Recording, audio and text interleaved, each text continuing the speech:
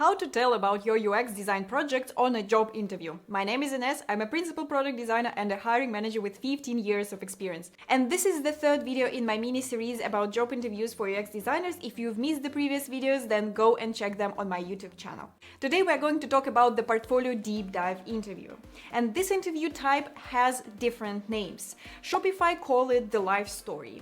In Meta, I believe it is called the past work interview or something like that. But the goal is the same, is to understand the challenges that the candidate has faced and assess their portfolio. Usually during this interview type, a candidate is expected to show 2 projects, having 15-20 minutes for each of them and answering questions. In the first video of this mini-series, we have discussed why it's not enough to just have a look on the UX portfolio and to make an informed decision about whether or not to hire a candidate. Find the link on my channel and watch that. But here, really quickly, indeed, UI design is easy to assess. It's sort of self-explanatory, but many job functions and many team members influence user experience design. That's why it's often hard to tell what a real influence and impact a UX designer had on this project. For example, if you had a strong design leadership on the project, you might showcase better results that you would otherwise achieve without this leadership. That's why it is important for us hiring managers to understand the context, the environment, and the real influence you had. So what do hiring managers assess exactly?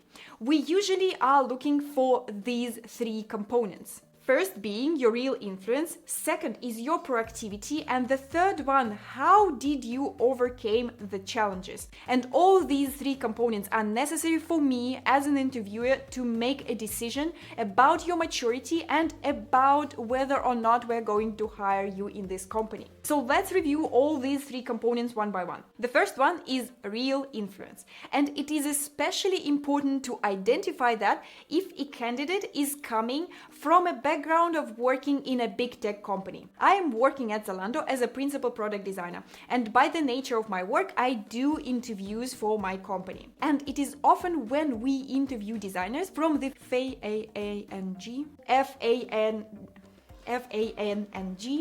and it is often we interview people from FANG companies. FANG being Facebook, Apple, Amazon, Google, and so on. And usually the CV and the portfolio of such candidates look really impressive. But sometimes, because those companies are so huge, the people there are working within really big teams. And it's often when you start digging deeper into the details of a certain story, you find out that a person had there 3 more designers, 2 PMs, a really nice design system, and a separate designer who maintains design system. So within this environment, it is easier to produce products on a higher quality. And for us, it is crucial to identify the exact area of influence of this particular person on the project, because by doing that, we can assess the person's maturity, and that allow us to decide whether we want to hire the person and what size of influence we should give this person in order for us to be sure that this person can be set to success. But if you assume that we are only hiring people with huge areas of influence, you will be wrong. Of course, for junior UX designers, we don't have expectations that they deliver a crucial update for Instagram, for example. That's why we pay attention on this criteria, but we have 2 more to assess the candidate in a fair way. And the second criteria is how the candidate overcame challenges. The thing is that the story of how you overcame obstacle is the only predictor of your future success in the next company. It's not the numbers that you add at the end of your portfolio to impress me of how many KPIs did you drive to the top. And it's not even a stunning UI, because you might have had a really nice design library and a bunch of people maintaining this library, so it would be easy for you to deliver such great results. But if I know how did you react on the challenges and how you solve the problems, I can project these reactions and problem-solving skills to the setup that we have in the team. That's why even if your area of influence was really tiny, you had there certain challenges and you want to make sure you tell me about them and you double down on how did you solve them. But it's not yet it. We have the third criteria. It is called proactiveness. And this criteria is really the cherry on top, because we often meet people with normal area of influence or even big, and we see that they solve the challenges in the right way, but eventually we will tend to choose a candidate who is showing that they are proactive. What do I mean by being proactive? We expect and wish for candidates to initiate things. The opposite of proactiveness is being reactive, is when you only solve what other people are telling you to do. And this is actually also normal when you are just starting in UX design or in any career, but it is expected that when you know more about the product you are working on, you start doing some suggestions, because you don't really need to be a principal designer to start caring about the work that you are doing and to start improving things for yourself and for your colleagues and for your users, of course. And even if you are a very junior designer, you might improve really tiny small things.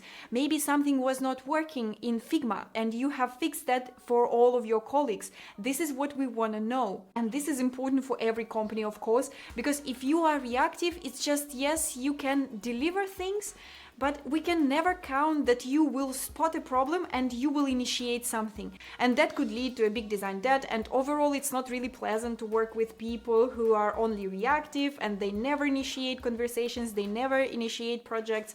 So you probably have met those people yourself, and yeah, they do their work, so that's why we cannot fire them, but something is wrong, you know? And that's why it is especially important to highlight what did you initiate on the project and what your ideas was taking into implementation. In the worst case scenario, just mention that you suggested some ideas, but your client, for example, they did not take it, and it is totally fine. We do not expect you suggesting always ideas that up to the point. It's just important that we see that you can do that and you care about the job that you are doing. So these are the criteria that every hiring manager keep in mind. But now let's go tactical. How can you practically demonstrate this? And the major mistake that many people do here is that they try to align the storytelling with the design process. And they start like that. We started with the problem definition, then we went to the solution design and so on. And when I hear stories like that, I feel that I am placed on a position of a teacher. It's like the candidate wants to demonstrate me that they know the design process, but I don't care. I believe that every UX designer who did at least a couple of projects, they know the design process because it's pretty obvious. It's very intuitive. So I'm not your teacher and I'm not interested in ticking boxes. Okay, this person knows that there is the problem definition phase and then there is the solution design phase that goes after that. The best storytelling evolves around the challenges that you encounter. Those challenges are the drivers of your story. I really like this Dan Harmon story cycle because it sums up every story on this planet. But I adapted it for the portfolio storytelling purposes. So now we have a designer or a project is sitting in the comfort zone. This is often what we call the status quo. Then a hero wants something or a signal is coming from somewhere. Then the hero finds themselves in an unfamiliar situation. They adapt to the situation and solve the challenge, and they are again in the comfort zone and the cycle repeats. You can also imagine the cycle to be a roller coaster when every peak is your comfort zone, is your achievement, and every dip is when you encounter a challenge and you don't know what to do with the challenge. If you will be using this technique, then your portfolio storytelling could sound something like that. We had a project that had an outdated UI. Then we found out on some user interviews that our customers, they choose our competitors because of the better UI. Hearing that, the CEO of our company decided that we needed to prioritize the design system update. So I started on the high note. I wanted to make everything perfect. I studied the best practices for building the design system. I was very excited.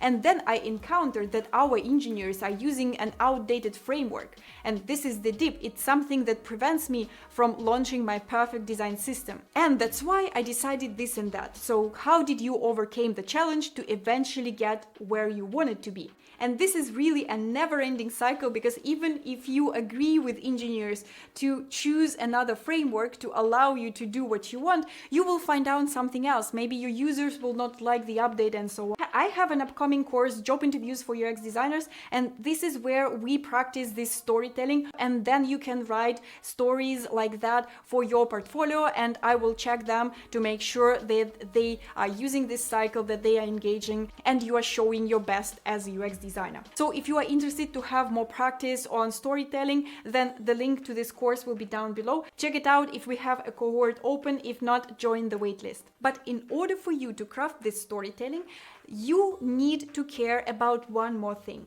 And this thing is to set the goals of your story.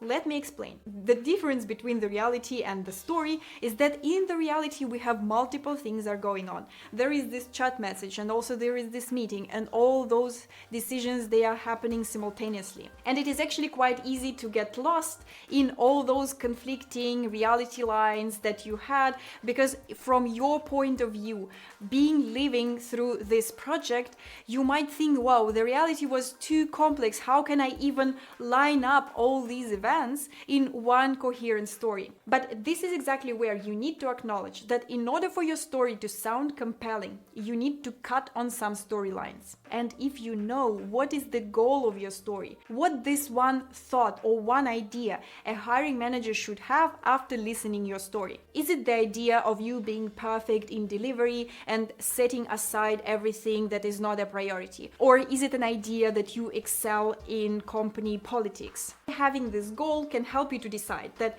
maybe this story about you having a conflict with your colleague is not really beneficial for a story where you are that focused on delivery, you know your priorities, and you work despite everything. But at the same time, if your story about you overcoming a conflict and putting the priorities of the company first, this is exactly what you want to place in your story. And this is often a hard decision because your story cannot have many goals. I recommend setting aside some time, really thinking it through, listing down all the events that you had, all the challenges, all the actions that you did, and then deciding what pieces will stay to make your story shine. The mistake number 2 that I want you to avoid is to telling two identical stories.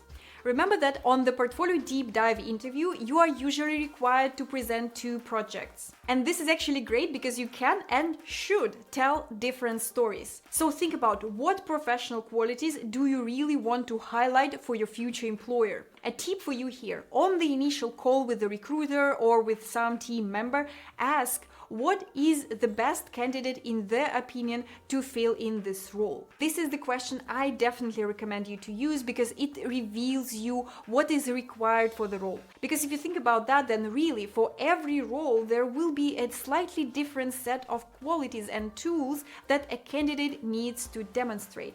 For working in a startup, you really need to be the delivery focused. When you are applying to big tech companies, then the emphasis would be put into collaboration and working on a team and so on. So knowing that, you can choose the angle for the story that can highlight the necessary qualities. By the way, if you were wondering if you shall use this storytelling technique for crafting your portfolio case study, then the answer is yes. I also recommend using the cycle or the roller coaster because it's way easier to read such stories, and you can already highlight me there some qualities that then will influence my decision to invite you to talk. I teach that in my UX club. The link will be down below. We have there a workshop, Crafting Engaging Storytelling, where we do exactly that, and you take your projects and you write them down using this technique. So if you're still crafting your portfolio, then check the link down below, but just note that we have the limited number of people that can be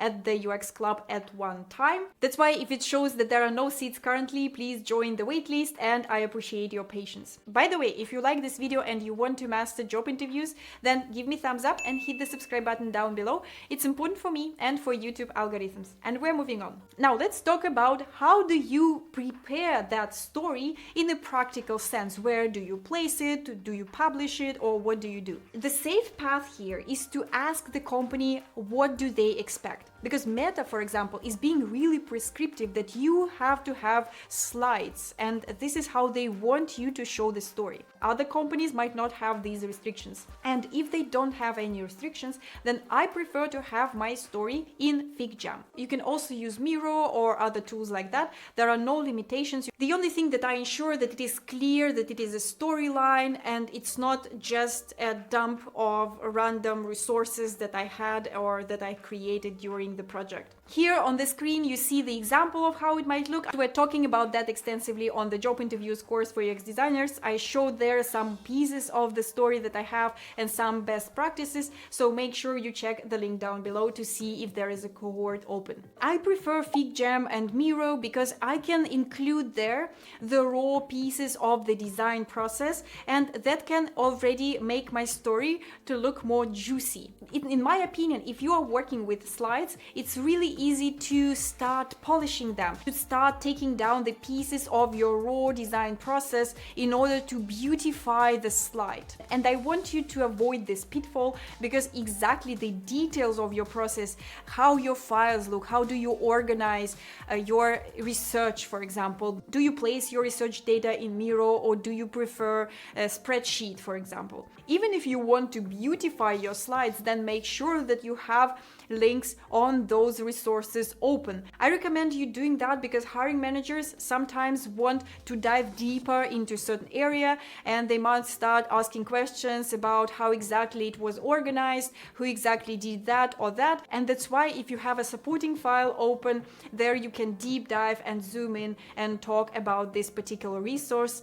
I recommend you doing that to be able to dive deeper to certain area and answer questions from your interviewer. Because in slides it's really hard to zoom in, so think upfront how you will organize this whole setup. One thing to mention here is that sometimes people might be wondering if they can just open their portfolio and walk their interviewer through the portfolio, just scrolling it as you go. Many people who teach job interviews, they talk people against it. I would say that you can use that in certain situations. Of course, the first situation, if you just simply don't have time, because preparing the storytelling slides takes a lot of time. You might not want to do this for every company you apply to. You might not be sure that this is the right fit for you anyways. But I would say for big companies where you really place your bets, then do this extra work, and it also will show that you are exceptionally interested in this job posting, for example. The second situation when you can do that is when your portfolio storytelling is already organized using this challenge cycle that I have shown. This way you will basically have the same information, the same challenges, and the same evidence that you would otherwise have on the slides. But same as with the slides, make sure that you have some additional resources open in order to dive deeper upon request. Now we know what we want to show, what events do we take into our story, we know how to show our story. It's time to talk about some best practices. The first best practice I can recommend is to fit the timing. For that, you will need to know upfront what the timing is. Just to be safe, always make sure that you ask your company about whether it is expected that you show 2 projects, 3 projects, and how much time will you have for every project, and how much time they want to reserve for questions. In order for you to always fit the timing, you need to practice your storytelling before interviews. And maybe in some cases you even need to cut more pieces of your story in order to make it shorter, or add some more details to make it longer. But you can only know that if you rehearse your story prior to interviews and you record a video of yourself. Again, I know that talking with the camera might be really awkward, and in the real situation your performance might be better than the performance that you record on the camera. So if you really struggle with that, then ask somebody else, maybe even your family member, to be there with you and act as an interviewer. It could also be quite unnatural, especially if you know the person well, but make sure that you record the session and you analyze the session yourself afterwards. Another way how you can practice is to find a mentor. mentor. Of course, the mentor is the best way to do that because your role playing will be natural and you can receive timely feedback about what can you improve in your interview performance. But anyways, good storytelling is something that even your friends can assess with non-UX backgrounds. And here is another tip I want to give you, is that storytelling is not just the story itself, but also your tone of voice, your gesturing, your facial expression. That's why a really compelling story, when all pieces come together, will be clear even for your mom, who has nothing to do with UX design, supposedly, because they will understand that there is a challenge, this is your frustration, here you feel the progress and the sense of relief and so on. And this is also very, very important. I recommend assessing your body language and the tone of voice and the facial expressions when you will be assessing your video takes, because then you can spot the places where you don't have any intonation. You can add there some emotion at least to make it easier for listeners to follow. Another tip or best practice I want to give you is what to do when you are given too little time to explain the story as a whole. Maybe you've been given only like 10 minutes for the storytelling and then they want to spend another 20 minutes asking questions. Then what you can do is that you can announce the chapters. And the first chapter is how we found out that this is the problem worth solving. The second chapter, how did I persuade the engineering team to change the framework? And then after each chapter, you ask your interviewer if they want to dive deeper in this particular aspect. If not, you can move on until you find a place where the hiring manager would want to know more. Now let's talk about the questions that an interviewer might ask you. Of course, you can never know what questions will come for your particular project.